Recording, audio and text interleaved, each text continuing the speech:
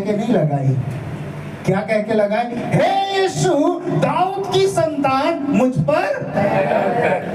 भले ही वो आंखों से अंधा था, लेकिन उसकी मन की आंखों ने उसे पहचान लिया कि जो यहाँ से गुजर रहा है कौन।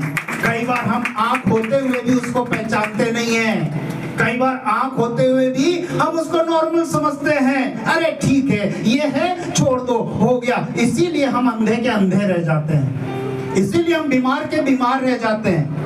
लेकिन हमें पहचानना है। उसने पहचान लिया, क्या कहने लगा? हे यीशु दाऊद की संतान मुझ पर।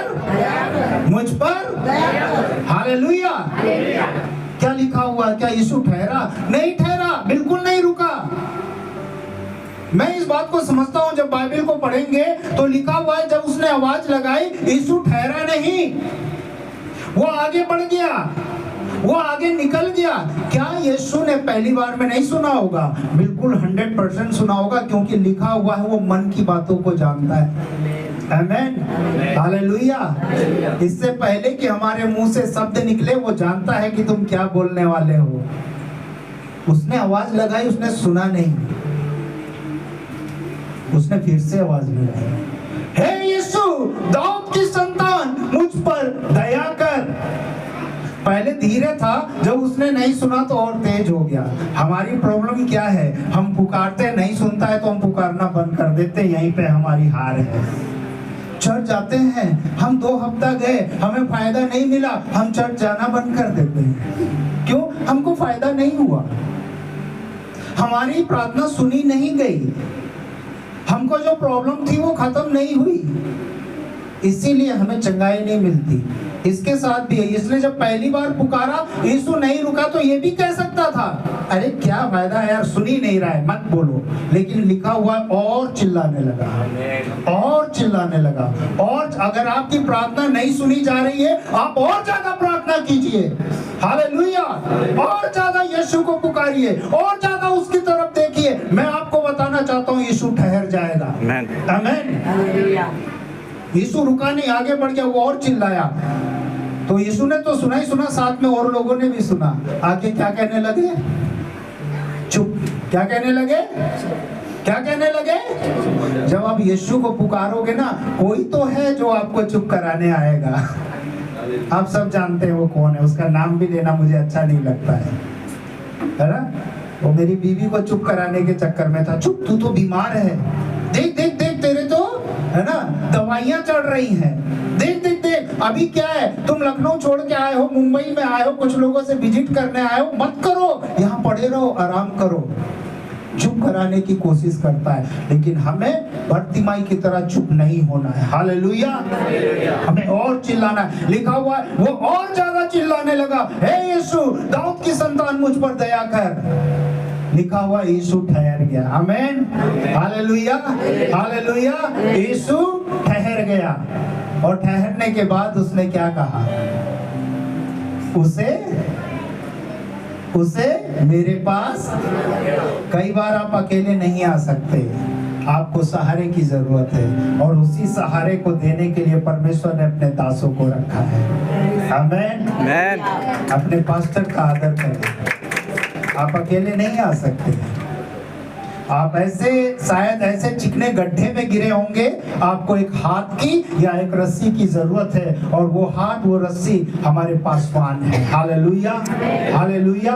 उनका आदर करें। यीशु मसीह ने कहा उसे मेरे पास लाओ। कुछ लोग उसको लेके आए। लिखा हुआ है वो अपना कपड़ा और अपना कटोरा सब फेंक कर आया और यीशु के सामने खड़ा हुआ। यीशु ने पूछा, बता मैं तेरे लिए क्या करूं? हालेलुया। बता मैं तेरे लिए क्या करूं? ये शब्द किसके हैं? ये शब्द हैं एक स्वामी के, लेकिन शब्द क्या कह रहा है? दास वाले। क्योंकि एक दास ही अपने स्वामी से कहता है मैं तेरे लिए क्या करूं। यहाँ पर स्वामी उस अंधे भिखारी से पूछ रहा है मैं तेरे लिए क्या करूं। क्या कहा उसने? यही कि मैं देखना। यीशु मसीह ने कहा देखने लग। समय नहीं है, नहीं मैं इसकी और गहराई में जाता, लेकिन परमेश्वर का धन्यवाद हो। और लिखा हुआ है कि वो देखने लगा, और जब देखने लगा फिर आगे लिखा है मार्ग में यीशु के पीछे हो लिया। बस यही वचन मैंने सुना वहां बैठ के, वो भी बड़े मुश्किल से किसी तरह से। और ये सब बोलने के बाद हमारे पासवान ने जो है प्रार्थना करना शुरू कर दिया, सबके लिए प्रार्थना कर रहे थे, सबके लिए। और सब कलीसिया रो रही थी, है ना। मेरी बीवी भी एक साइड में बैठ के रो रही थी, यीशु दया कर, क्योंकि 2 बच्चे खोए थे, 2 बेटे खोए थे। मैं नशे में रहता था, मैं दुखी था, मैं बहुत दुखी था, क्योंकि मैंने भी अपने बच्चे खोए थे। लेकिन मैं अपने दुख को शराब से खत्म करने की कोशिश कर रहा था। शराब पियो भूल जाओ, मारपीट करो रोड में, है ना, शराब पीने जाओ, वहां मारपीट करो, अगर कोई नहीं मिल रहा है, घर में बीवी है, उसको मारो जाके। यही करता था मेरे प्रियो। मैंने अपनी पत्नी को बहुत मारा, क्योंकि मेरे अंदर शैतान था। सब रो रहे हैं, दुआ कर रहे हैं। जब उन्होंने ये प्रचार किया, मेरी बीवी भी रो रही है, और मुझे सबको देख के गुस्सा आ रहा है। उसके बाद पास्टर ने बोला, अगर आप में से कोई परेशान है, आज सच्चे दिल से यीशु को पुकारो, यीशु मसीह आज आपको छुएंगे। ये बोला। और मैं मन में सोचा, ऐसा कहाँ होता है, ऐसा कभी नहीं होता है। लेकिन मैंने देखा जब उन्होंने ये बोला, सब प्रार्थना करने लगे, सब दुआ करने लगे, सब घुटनों में आ गए, प्रार्थना कर रहे हैं, और सब पुकार रहे हैं, यीशु दाऊद की संतान मुझ पर दो। लेकिन मैं दुआ नहीं कर रहा था, मैं प्रार्थना नहीं कर रहा था, मैं लोगों को आंख खोल के देख रहा था क्या कर रहे हैं। तभी अचानक से मेरे अंदर एक बात आई। इससे पहले मैं जहां भी गया और जिसने जो बोला मैंने किया। इससे पहले मैं जहां भी गया, किसी ने बोला कि काला बकरा लेके आओ, मैं लेके गया। किसी ने बोला इस कब्र के बराबर चांदी का तार लेके आओ, मैं लेके गया।